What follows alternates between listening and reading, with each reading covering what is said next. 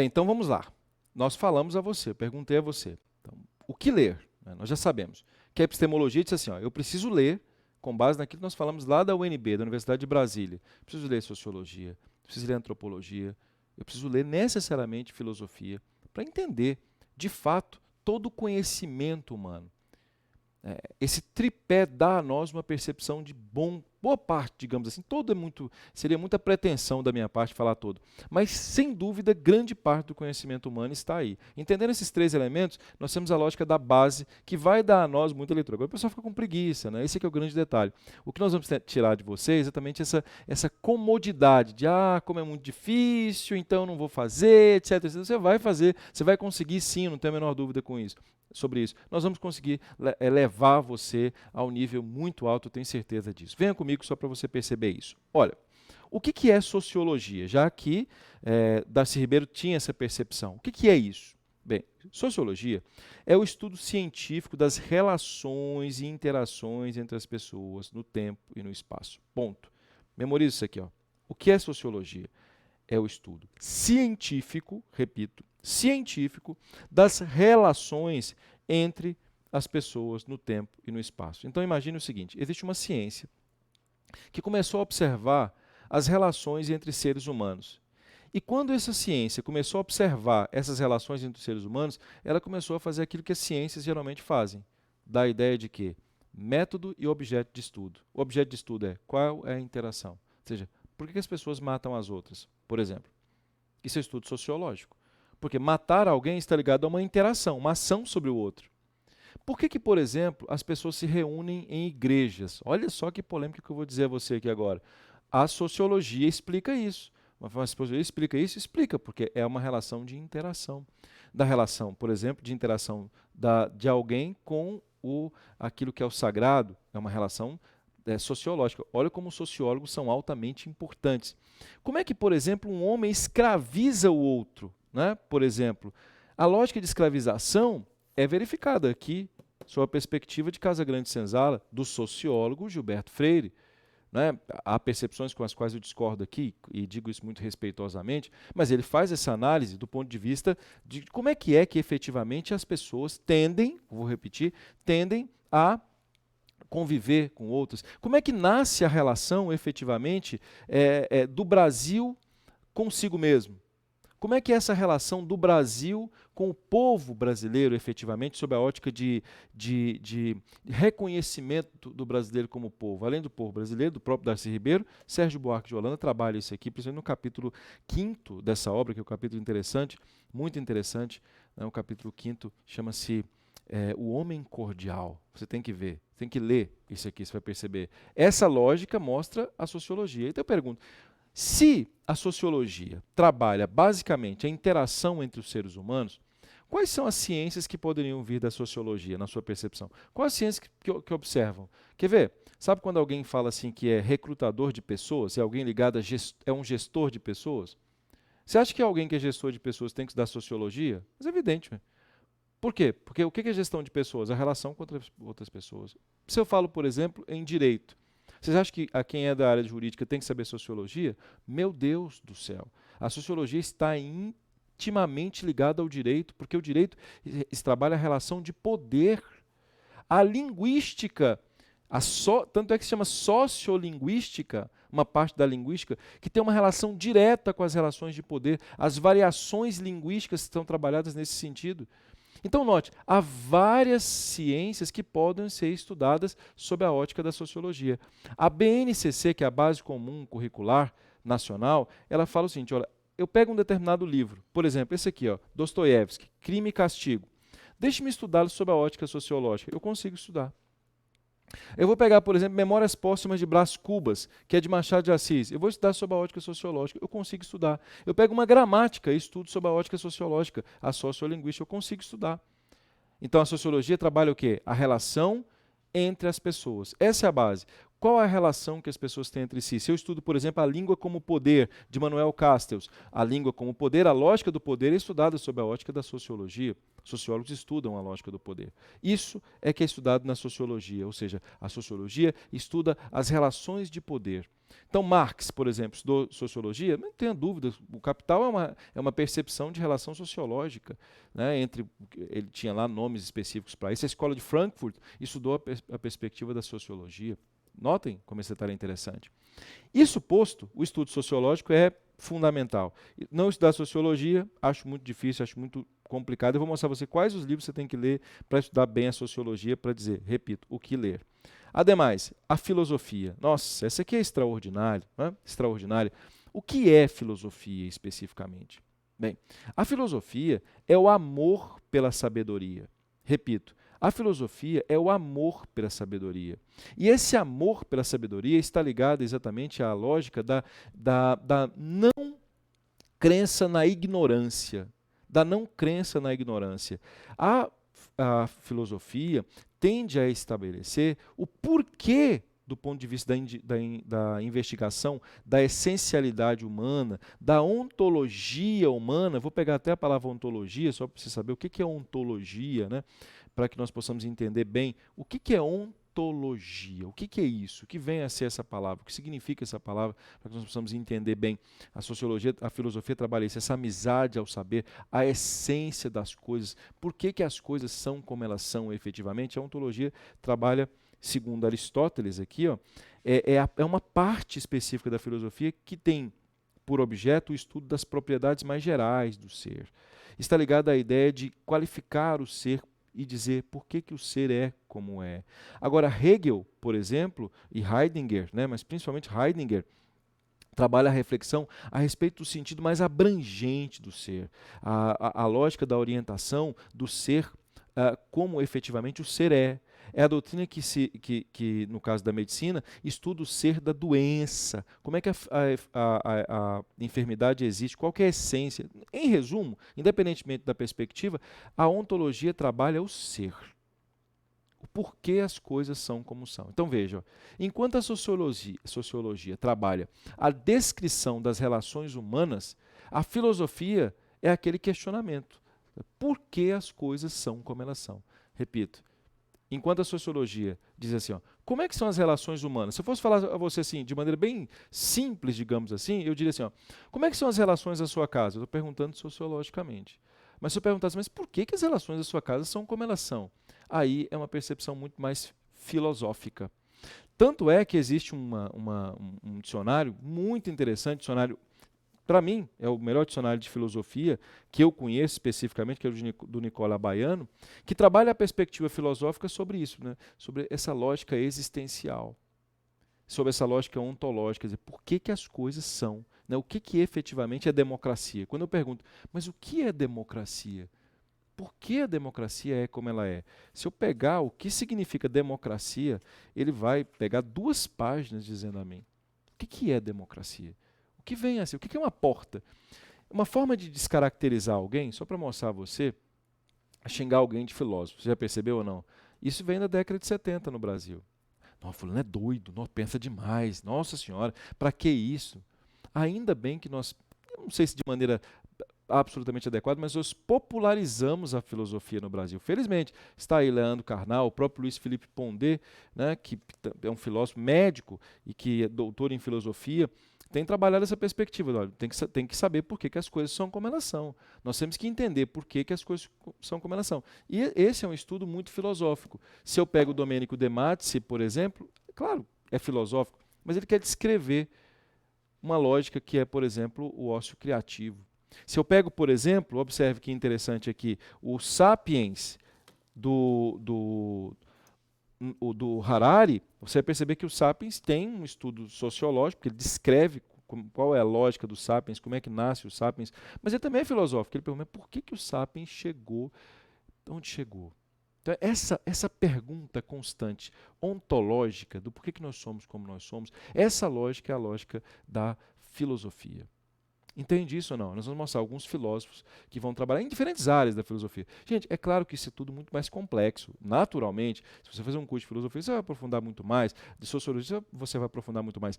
Mas para o que nós queremos, que é para o senso crítico, é preciso que você entenda esse básico. É preciso que você já comece a estudar e ver que isso é importante para a medicina, é importante para a engenharia, é importante para o direito.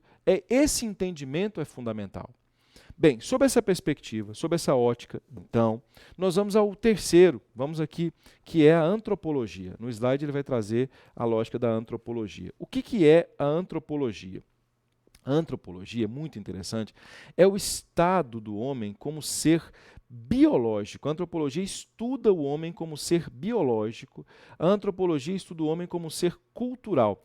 Esse estudo social é muito mais da sociologia, mas o homem como estudo biológico, como estudo cultural, é antropo. Só para relembrar, que está ligado à ideia de homem, né? Então, o antropólogo é aquele que estuda o homem sob a perspectiva biológica, é o que estuda o homem sob a perspectiva cultural. Por que que as pessoas, efetivamente, todos os dias fazem como elas fazem e, portanto, isso gera cultura?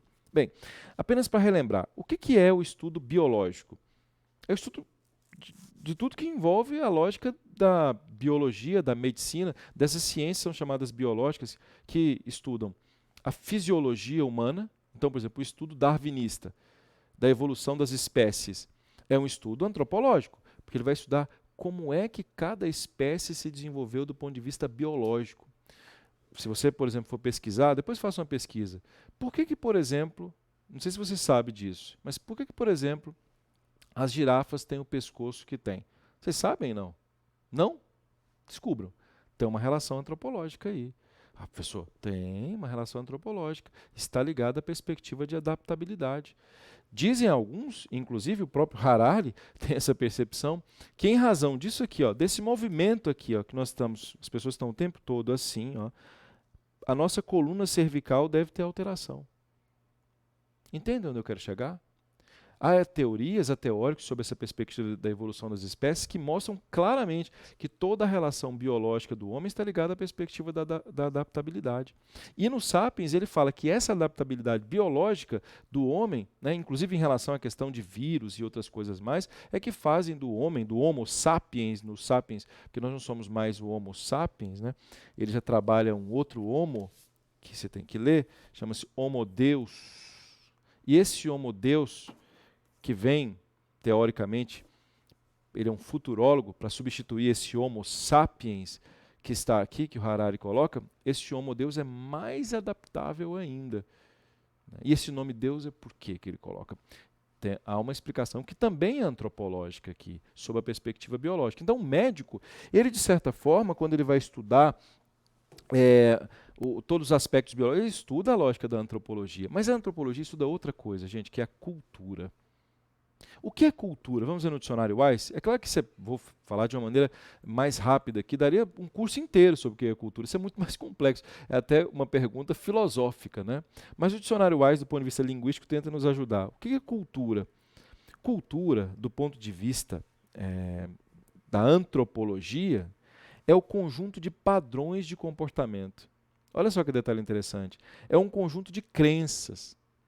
Olha só. Cultura é um conjunto de crenças, é um conjunto de costumes que distinguem um grupo social. Os antropólogos estudam isso aqui de uma maneira muito pesada. Você veja, por exemplo, uma antropóloga chamada Lilia Morris Schwartz, que escreve Brasil, uma biografia, um livro de história, que vai mostrar como é que é a nossa cultura. Como assim a nossa cultura? O nosso conjunto de práticas, o nosso conjunto de crenças. Como é que são as crenças brasileiras? Monogamia. Quando eu faço um estudo, por exemplo, antropológico da monogamia. Se eu faço um estudo antropológico da monogamia, eu estou querendo dizer como é que aquele povo, especificamente aquele povo, tem aqueles hábitos. Por que aqueles hábitos são repetidos? Ele é um pouco filosófico, eu pergunto, o que é monogamia, o que é gamia? Isso é filosófico. É um pouco sociológico, porque eu vou descrever como é que é a relação entre eles. Mas ele é, acima de tudo, antropológico, porque ele vai estudar a cultura de um povo. Ao estudar a cultura de um povo, faz-se o estudo antropológico. Portanto, a antropologia está intimamente ligada à cultura daquele homem. seja sob a perspectiva do grupo ou não. Quando vai para a perspectiva do grupo, imediatamente é um estudo sociológico também. Percebe? Então, qual é a cultura do brasileiro? Quando alguém pensa, qual é a cultura do brasileiro? Esse estudo é antropológico. Por isso, Brasil, uma biografia. Tem uma relação com a biologia? Tem. Se você for olhar o povo alemão, há uma forma biológica, fisiológica ligada ao povo alemão. E é interessante que esses estudos antropológicos já geraram, inclusive na lógica da medicina, algumas coisas terríveis assim. De alguns médicos, por exemplo, acharem que alguns povos, para vocês terem uma ideia, são muito mais importantes que outros. Você já se lembra, não é? Da lógica antropológica da raça ariana no nazismo. Quando se fala na perspectiva da raça ariana no nazismo, nós percebemos muito claramente que esse estudo antropológico é usado, teoricamente, pensando nos direitos humanos, para o mal. Isso posto, saber a antropologia é saber a relação da biologia, a relação da cultura de um homem, especificamente de um homem, de um determinado ser humano. Como é que é a cultura de um determinado ser humano e como é que é essa perspectiva biológica? Cultura é uma coisa hoje em dia fortíssima, viu? Fortíssima, fortíssima. Estamos na idade mídia. Depois eu tenho que falar a vocês o que é essa famosa idade mídia, né? Procurem já a respeito disso. Ela tem uma relação com a idade média, você já percebeu. Então, é uma relação cultural. Então, quando alguém analisa, por exemplo, uma cultura X, que é a cultura, por exemplo, católica, verifica que aquelas pessoas se comportam daquele jeito. Se comportam daquele jeito. É um estudo antropológico. Evangélica, as pessoas se comportam daquele jeito. Há um estudo antropológico. Notou? Os americanos, um aspecto antropológico. Então, segundo Darcy Ribeiro, qual é a percepção, então, do o que ler? Aí você vai falar assim, ó, eu vou ler sociologia, eu vou ler filosofia, eu vou ler antropologia. Da antropologia, vamos lá. A antropologia me dá origem à história. História está ligada à antropologia. A literatura está ligada à perspectiva antropologia. A literatura trabalha a arte, que envolve o aspecto cultural, tanto que o Ministério da Cultura, né, Secretaria Especial da Cultura, a arte está ligada à perspectiva antropológica. Né? A matemática, por exemplo, você pega Aristóteles é matemático, está intimamente ligado à filosofia. Você pega, por exemplo, Leonardo da Vinci. Leonardo da Vinci era filósofo, matemático. Não é? E quantos outros, inclusive contemporâneos, que vêm, que são matemáticos e que são filósofos, mas é claro, matemática é uma ciência altamente filosófica. Aqui, se você pegar, por exemplo, alguns como, por exemplo, o próprio Aristóteles, Gödel, por exemplo, né, nós vamos observar que eles são matemáticos. A percepção matemática, as ciências exatas são absolutamente filosóficas. Eu não entendo quando algum engenheiro fala assim, fulano filosofou. Eu digo, mas você é engenheiro mesmo?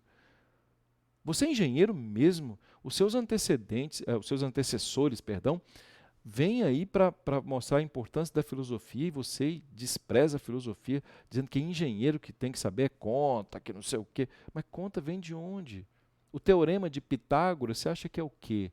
Nasceu de onde? Da filosofia. Entendem como esse negócio é altamente poderoso? Então, o que eu quero de você agora? Você já sabe que a política, de onde vem a política, professor? A política vem do aspecto sociológico. Pode vir da antropologia? Também. Eu estudo cultura. Né? Um sujeito ganha a eleição quando ele conhece a cultura de um povo. Mas o que é política? Isso é filosofia. Mas como é que é a relação dessas pessoas? Eu descrevo sociologicamente. Então, qualquer coisa que eu pegue para analisar, por exemplo, a ordem mundial do Henry Kissinger, percebe? Ó, eu já vejo a ordem mundial, a relação que os países têm do ponto de vista internacional, sociologia. Envolve cultura? Antropologia.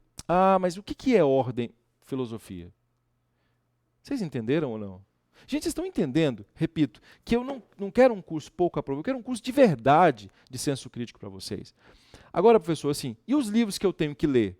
Como é que eu faço, professor? Quais são os livros que eu tenho que ler mesmo, professor? Eu preciso saber, pelo amor de Deus, me ajude, professor, eu preciso saber quais livros eu tenho que ler. Ok, aí eu criei uma cartela a vocês aqui, que vai dos aspectos sociológicos, com base especificamente nas relações de conflito. Então nós vamos começar por Maquiavel. E aí depois eu vou passando a vocês um a um para que você possa compreender. Claro, de maneira apenas a indicar a você quem você pode ler, para que você possa conhecer desde o conflitismo medieval, desde a Idade Média, poderia colocar algo anterior. E para isso eu indico a você, por exemplo, 50 pensadores que o mundo moderno tem que conhecer, que formaram o mundo moderno? E aqui há alguns que são antecedentes e muito importantes. Nossa, gente, mas é muita gente importante na Grécia Antiga, por exemplo. A Grécia foi um pilar sob a perspectiva da filosofia. Você sabe muito bem, o próprio Aristóteles, o próprio Platão, né? E, nossa, sem dizer, por exemplo, da Ilíada, da Odisseia, você vai falar em Homero, por exemplo, não há como. Mas eu gostaria mesmo que isso você pudesse pesquisar. Compreende onde eu quero chegar? Eu quero que você pesquise sobre esse filósofo. Há livros que falam sobre isso. Não ficaria aqui anos, né? Não sou professor de filosofia. Então, nossa, você pode procurar isso. Há essas duas obras que são básicas, bem básicas, que vão ajudar você a perceber essa perspectiva da filosofia. Por exemplo, Filosofia, 50 conceitos e teorias fundamentais explicados de forma clara e rápida. Aqui é só para você conhecer. 50 pensadores que formaram o mundo moderno. Importante essa obra também. Você pode ler, por exemplo, as obras que envolvem filósofos clássicos. Vou repetir: Aristóteles, Platão, Homero, além de filósofo literato, que está ligado à perspectiva também cultural, ou seja, antropológica, né? A Ilíada e a Odisseia trabalham essa relação antropológica, trabalham essa relação de natureza filosófica também, literária, que vem, repito, da filosofia e da cultura, que é a antropologia. Eu quero falar a partir da Idade Média, porque você vai usar muito mais, na nossa concepção, com base nessa lógica contemporânea. Mas nada contra também estudar a filosofia antiga, chamada filosofia da antiguidade. Tudo bem em relação a isso ou não? Então eu vou começar com vocês no conflitismo medieval. Mas repito, procure estudar também filosofia da chamada antiguidade clássica. Certo, meus diletíssimos? Então vamos à próxima aula, vamos começar no conflitismo medieval e vamos lá. Avante!